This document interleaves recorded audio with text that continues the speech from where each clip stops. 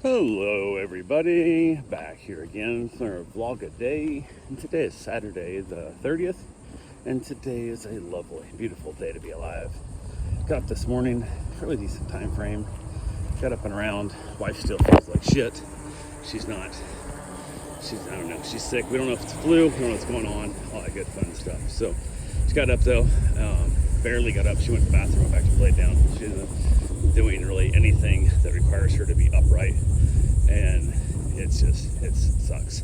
So I did get up though, got the dog outside, got that taken care of, got her fed. I jumped in the hot tub for a little bit, and I was really planning on running out to Doris Leaper and doing my run out there in the timber and all that good fun stuff. But my right leg has really started acting up yesterday and bugged me a little bit on my run. It wasn't horrible, but it wasn't bad. It was just, you could tell something's wrong. Well, today it's acting up even worse, and it's really weird when I pick up my leg, my right calf, like straight, like a Charlie horse. It's really, really tender, really, really sore.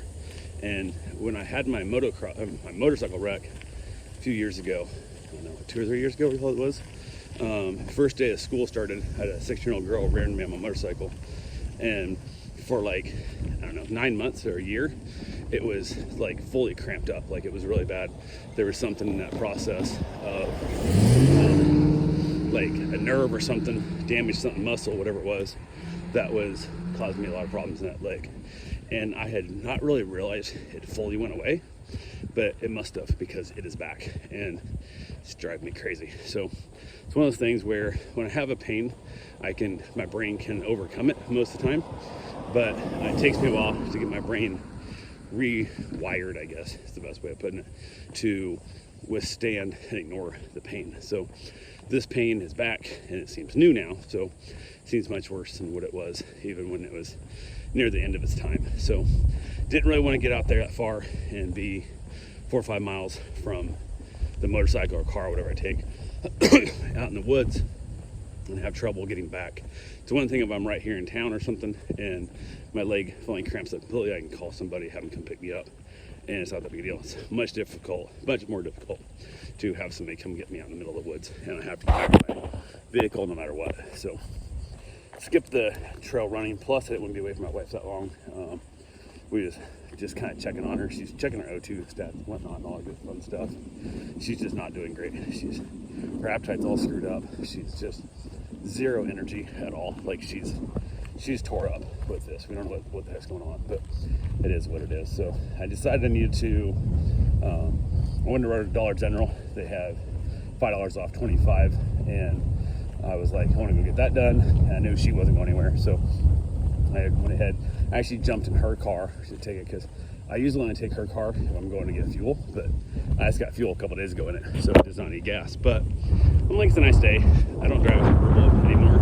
I got rid of my Corvette, and after that we got her little convertible. So decided to take her convertible out, and one of the things I noticed, she asked me also if I could go pick up her dad's medication at CVS. I'm like, yeah, not a problem. But I noticed with her car, I feel fancier.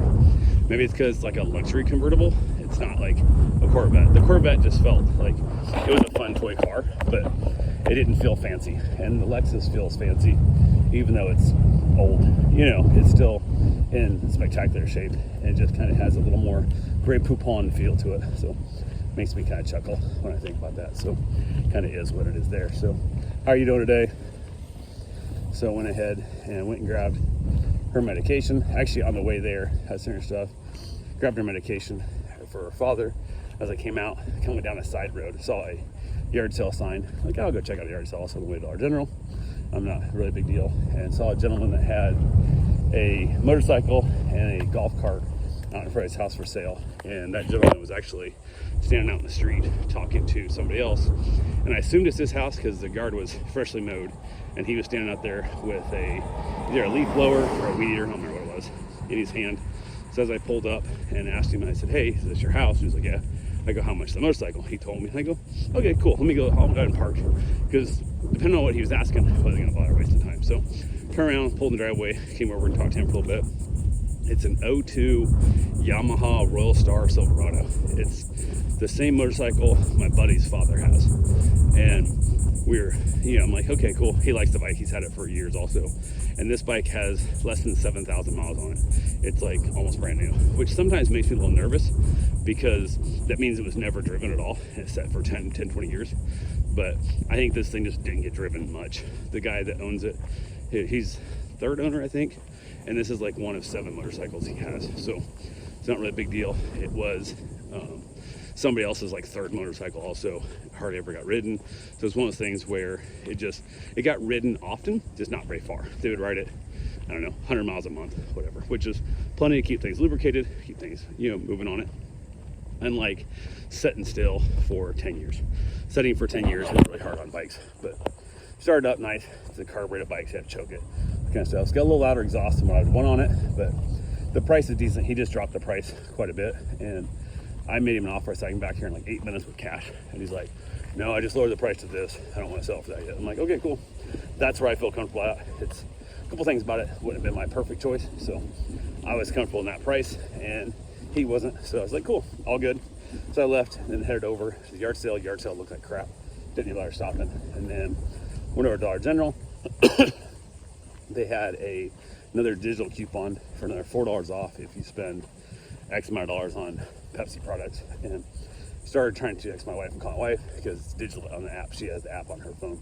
I don't have it on mine. And she was falling asleep so bad she didn't even wake up from the phone. And the phone, I know the ringer's on. So I'm like, she's really tired. So oh well. So I went and asked the guys. I'm like, hey, is there any way of like, technically I don't have the app on my phone, but can you figure this out? I have the app, it's just not on my phone. She's sick. She's sleeping, so I can't wake her up to add it. Can we do it here digitally? And the lady's like, I don't know, let me ask him. So he came over, dude was super helpful, punched it all in and worked out splendid. So I ended up getting $30 worth of Mountain Dew, and there are 3 for $15. So I got $30 of those. I got a $6 candle and a thing of Comet for like $21 and like 39 cents. Tax and all included. So I'm like, shit, yeah, I can't beat that. So got that, got loaded up, and basically on the way over there, because I just saw a motorcycle, I called my buddy and I was talking to him about the bike, and he was like, yeah, it's a good bike. There's really nothing to be concerned about. It kind of is what it is. So we went ahead and got back to the house, loaded all the sodas in the house, hung out the dog, checked my wife again, and she was zonked out. But we have, everything's all good to go. So just chilling for the day, not going anywhere, not really doing nothing. We have some friends that we've been inviting over for like 5 years now, and they rarely get this way. And they were actually here this whole weekend, and she's sick as a dog. So yeah, that kind of sucks because we were gonna hang out with them, which really does kind of suck, but it is what it is. So, but got a couple other things done around the house. She decided she wanted a mini tater tot or mini corn dogs and mozzarella sticks. So everything's good there. So that's what she had last night for dinner. And I don't know if she ate breakfast today because I didn't make her nothing. I don't think she got up and made nothing. So that's all she's had on her side, and told her she had to get some food in her. So we ended up getting her some food, and that worked out well. And I was chilling out and just kind of off and on. Decided it was finally time to go for my run, and she decided she was feeling crap, and she started looking around for other medications we might have because she's still thinking she has the flu. She found an at-home testing kit for COVID. So she took the test, and of course she is positive for COVID, which I thought that shit was all over and done with. And it makes more sense now of why she's having so much trouble with the breathing, the sore throat. Not so much, but she's having a hard time keeping oxygen in her. So that made us nervous, and it's probably not, I mean, it's pretty much done right now. Like, it's not really as big a scary thing as it used to be, but she had her ex-husband and his sister both passed away of COVID a few years back when this shit was happening within 24 hours of each other. So anytime COVID pops up, it becomes a much more nerve-wracking, scary thing for her because of it. So yeah, not really what you want to hear, but it is what it is. So I decided I was going to sleep on the couch from now on. Flu, I was like, whatever, I'll take my chances. But figured I might as well at least put a little more space between us. And the little bit she had been up, she was sitting on the couch where I'm going to be sleeping. So went ahead and agreed to sleep the opposite direction, grabbed some Lysol and sprayed down everything I could. Then everything was good to go, I guess, best you can. So I did head back out for my run, went ahead and got the run in and got some good miles in. I got knocked out around 5 or so miles.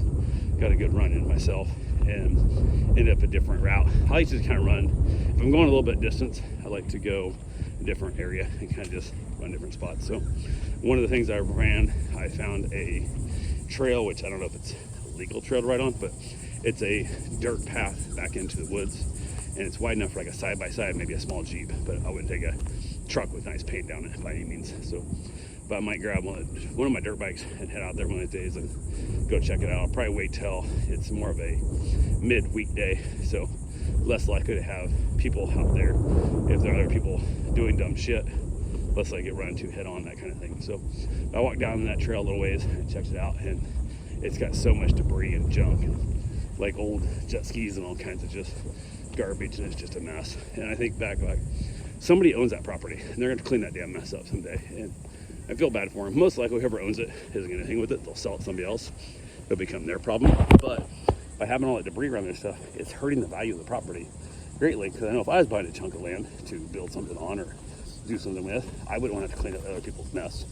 So because people can't not like just tear up anything in the world, people just have to tear up shit all the time, it becomes a problem where now more and more people are unwilling to let anybody like myself go out and ride their dirt bike around on it, because they don't want to clean up the mess and all the bullshit. So you have that to deal with. But yeah, I'll probably, like I said, I'll go out there Wednesdays and check it out. But got back to the house, checked on her again. She was doing all right. It was still kind of early-ish, and went ahead and grabbed myself a shower. Ended up inside out with the dog, just kind of chilling out, had myself another cigar, and decided I was going to have, she wanted a burrito for dinner. So I'm like, cool, she knocked out a burrito. I ended up making up some nacho cheese and salsa mixed up with some chips, and that's how I had for dinner, which is not really a good dinner, but I wasn't really feeling like cooking anything either. So after my run, I did grab a hard-boiled egg, so I did have some good protein in me there, but kind of is what it is. I was like all good there. I had her drink a little hydration packet that I had bought here a while back. I really got dehydrated on one of my longer runs, super hot day, and needed as much water as I drank. It just still wasn't enough, and I was feeling pretty sickly. So I talked to my buddy who studies all that shit and researches all that shit, and he suggested a couple different ones. One of them's called like Drip Drop or something. I don't know what it is. A little package you dump in a bottle of water, and supposedly hydrates you better. So I've been drinking one of those every day after my long runs, and short runs I don't bother, but long runs I'll drink one of those. So I told her to drink one of those also, and I said actually I'd probably drink 2 of those today, and I'd drink one or 2 every day until you're better, because she doesn't drink enough water, and when you don't drink enough water, it becomes a problem for your health. So it is what it is. But she was, again, sleeping most of the day away. It was absolutely ridiculous. And you got to think about the whole death thing and the COVID and how life is really short. And you got to think about my cousin who passed away, and way before normal lifespan would be, and some of that kind of crap. And I realized I looked up on the shelf, and I have a $400+ bottle of whiskey up there that I've been saving to open with some other people, like for more like a whiskey fan and somebody I enjoy it with. And I also have some really nice cigars I don't smoke, because I'm thinking, oh, I'll save them for a bigger event. I'll save them for something more important. And I thought, fuck, I could be dead tomorrow. Like, I literally could have a bust today on my run. There's a million things that could happen. So I said, hell with it, and I broke out my $400+ bottle of whiskey and gave her a little taste, and she's like, I don't like it.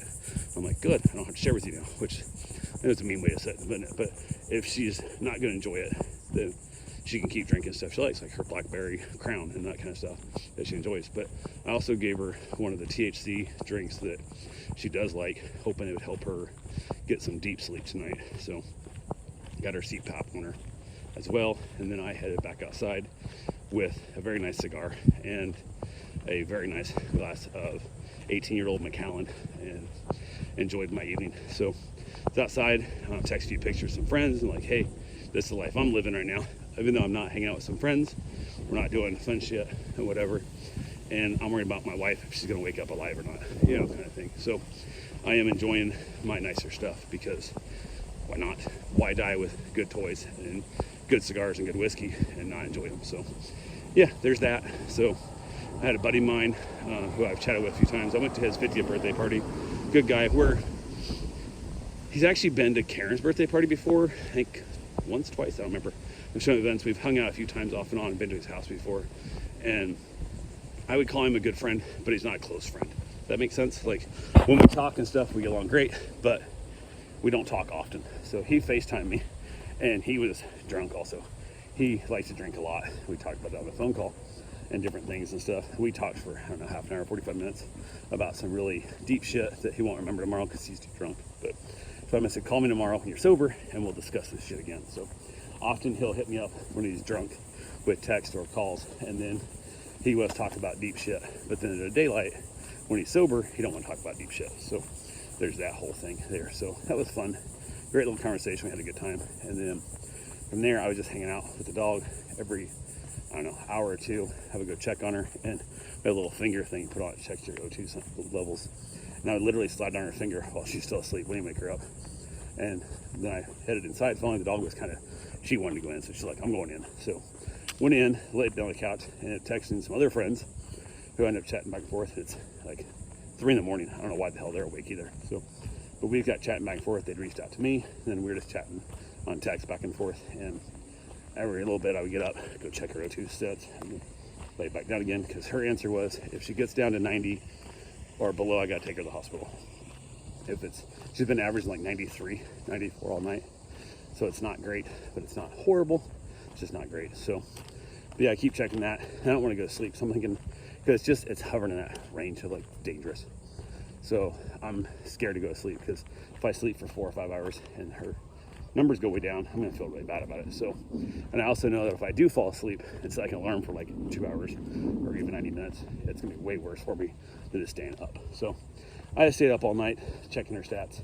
And like I said, I got lucky. I had a couple of friends who were also happened to be up all night. They couldn't sleep.